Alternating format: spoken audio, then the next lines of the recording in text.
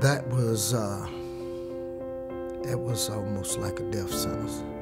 I mean, it's like being buried alive. If you can imagine being shuffled into a hole and dirt being thrown over you while you're still living.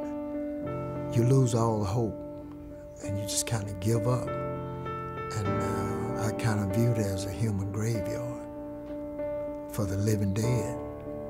I spend my time at the Ellis 1 unit, which is known, one of the Texas notorious units where they house death row. And most of the guys that they sent to this unit, particular unit, they considered them to be condemned. If they wasn't on death row, it would be most likely that they would never get out of prison. And I was told that I probably would never get out of prison. And one reason, because I wouldn't admit that I committed the crime, and that I didn't show remorse and say that I was in denial simply because I wouldn't admit that I committed the crime.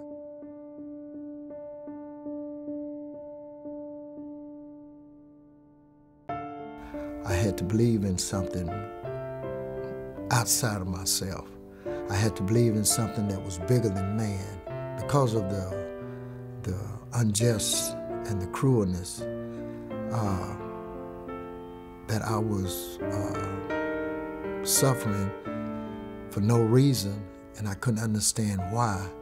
So I had to reach for something, that I felt that was bigger than all of this.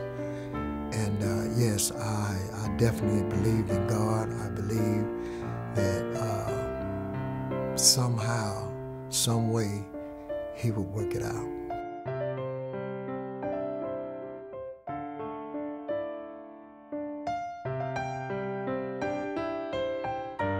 I was in the Dallas County Jail, and once the swab came back and I was exonerated from the specimen that was taken from the rape kit, that's when I was recognized as being innocent.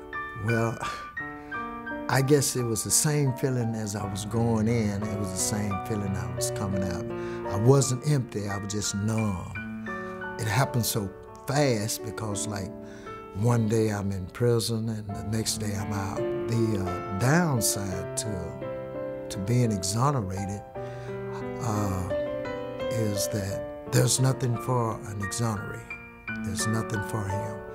Once they ruled that I was found not guilty of committing the offense, they let me go, and that's it, nothing else. I didn't even have a place to live. I had no place to go. I was broke, didn't know where I would get my next meal from, or where I would even be able to lay my head.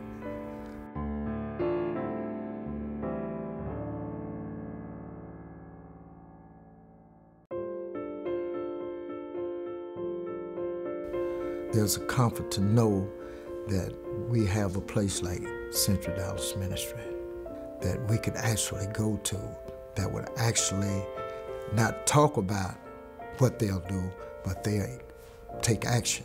They furnish the basic needs that we need to survive from day to day. And with that, they give you a sense of hope. They give you a sense of hope because somebody there will reach out and they will give you a hand.